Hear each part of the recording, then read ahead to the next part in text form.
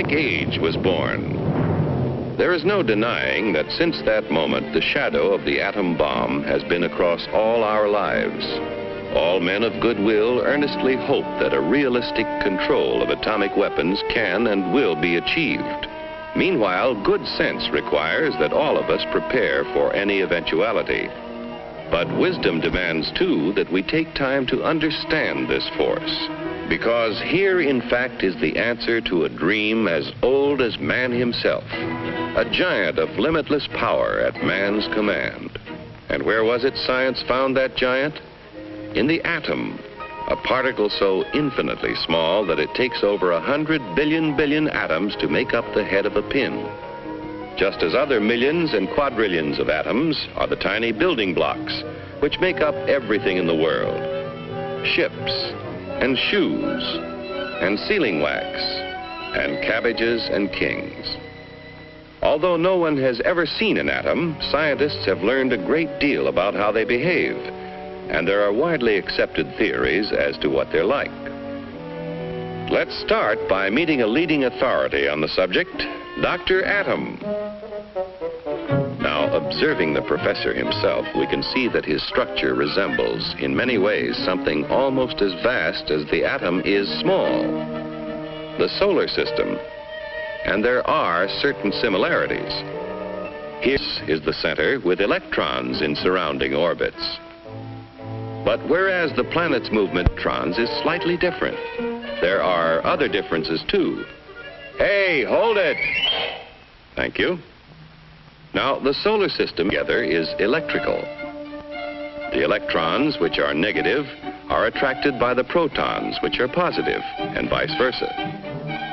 But here in the nucleus are other particles with no electrical charge called neutrons. Very important characters, too, as we shall see. And equally important when it comes to atomic energy is what scientists call the atom's binding force. It's a kind of cosmic glue holding the nucleus together. This, then, is a single atom, but certainly not all atoms are alike. There are in nature more than 90 basic elements, which is science's term for families of atoms. To scientists, the atoms of the individual atom families, or elements, are identified by number. That is, the number of protons, or positive charges, in their nucleus. And they vary all the way from hydrogen, which has just 1 proton, to oxygen with 8 protons, to gold, he's rich with 79, finally on to the heaviest of all natural elements, uranium with 92 protons. Now, within each element, or family of atoms, there can be different members, each one having the same number of protons, but differing in the number of neutrons. The total of an atom's protons and neutrons is its atomic weight. Thus, in natural uranium, we have U-234, U-235, and U-238. These different members of the same element or atom family, science calls isotopes. Some elements, tin for instance, have a great many isotopes. Others, like aluminum, are lone wolves with just 1. Now, most atoms of most elements are content with their lot in life. We speak of them as being stable, but others are busy day and night, being what science calls radioactive. Like radium, throwing off powerful rays along with some of its neutrons and protons, until it actually alters its own nuclear structure and changes to another family, and then to another, until it does become stable at last. This spontaneous changing of elements is called natural transmutation. Its discovery gave men of science an idea. If an atom could change itself, why couldn't man change an atom? Using as bullets the very particles which radium threw off, a noted British scientist bombarded nitrogen and converted it to oxygen. In terms of individual atoms, this is what happened. The radium nucleus threw off an alpha particle consisting of 2 protons and 2 neutrons. One of the protons was absorbed into the nitrogen nucleus, turning it to oxygen. This was artificial transmutation, man changing the elements. From that first experiment, others by the thousands followed as scientists devised ever more powerful particle accelerators, commonly called atom smashers, to transmute more and more kinds of atoms.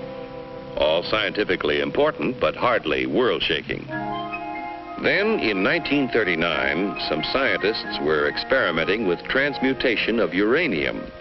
What would happen, they wondered, if they fired a neutron at a uranium nucleus, already the heaviest in nature? Why not try? So they tried. And the result? Nuclear fission. Instead of a minor change, the atom split in 2.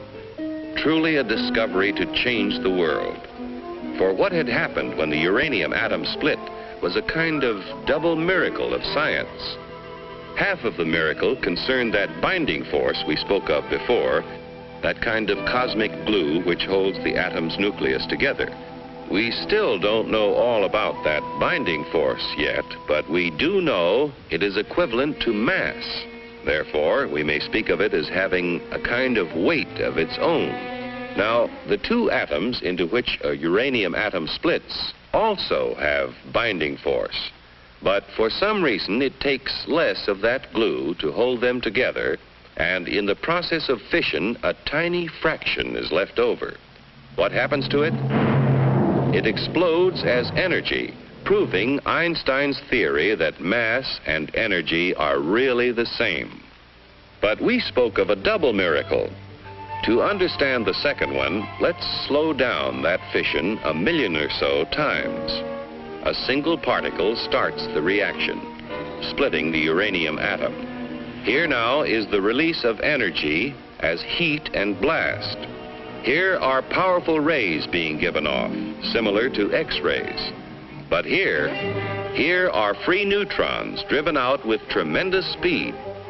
And provided there is sufficient U-235 present, what science calls a critical mass, those neutrons bombard other uranium atoms, causing them to split and split still others. The result? A chain reaction. Over 1 million billion atoms exploding within 2 seconds. And the force?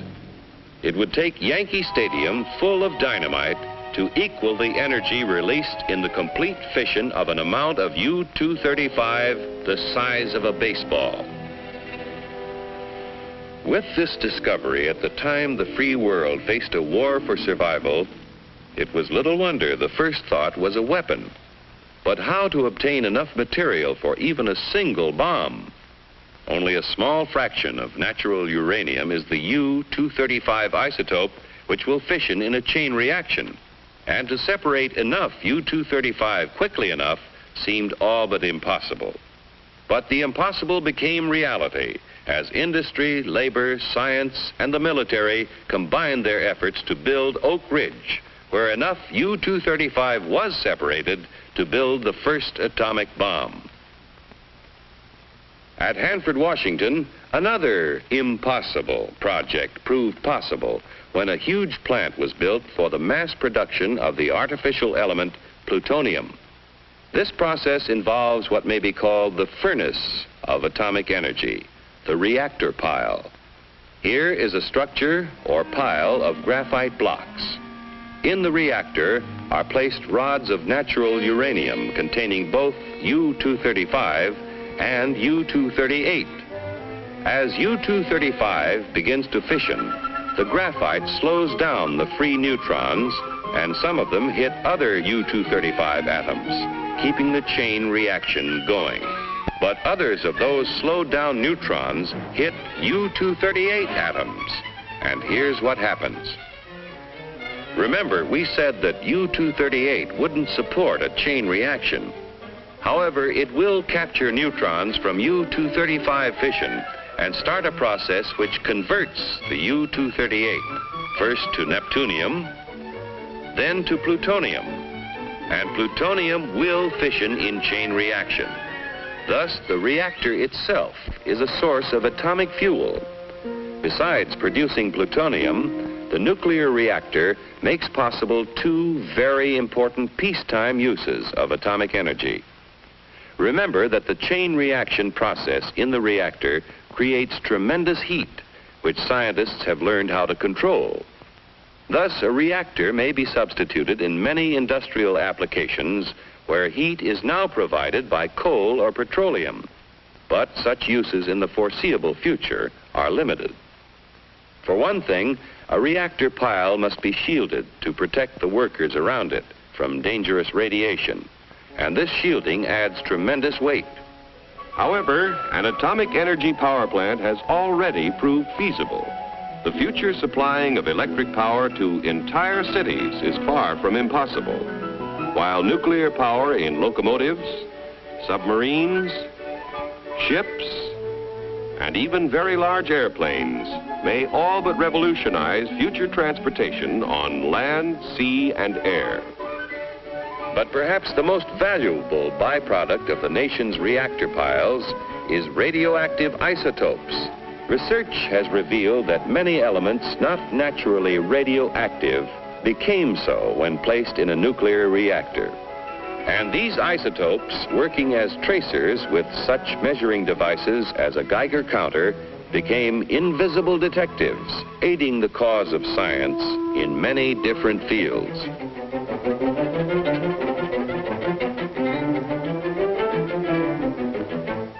In agriculture, isotopes are now used to test such things as the effect of fertilizers on plant growth and the proper timing for their use, helping to assure bigger and better yields from tomorrow's farms. In industry, isotopes have found literally hundreds of new uses, such as the automatic thickness control of sheet aluminum, saving hundreds of man-hours of labor and assuring accuracy never before possible. In the fields of medicine and biochemistry, isotopes are performing near miracles of diagnosis and discovery. With radioactive sodium, doctors are solving more of the seeming mysteries of heart disease and circulatory disturbances. Radioactive phosphorus has been used to locate tumors in the brain and greatly simplify operations for their removal. Iodine-131 finds one of many uses in revealing conditions of the thyroid, and there are many more. New ways of using isotopes are being discovered constantly through the tireless work of modern pioneers in such fields as chemistry, metallurgy, medicine, and biology. Truly, the superpower which man has released from within the atom's heart is not one, but many giants. One is the warrior, the destroyer. Another is the engineer, seeking to provide vast quantities of energy to run the world's machines. Another is the farmer, helping to better feed tomorrow's world. Still another is the healer, helping to diagnose and cure the sick. And the last is the research worker, working on in the fields of pure science to reveal more of the mysteries of the universe. But all are within man's power, subject to his command. On man's wisdom, on his firmness in the use of that power, depends now the future of his children and his children's children in the new world of the atomic age.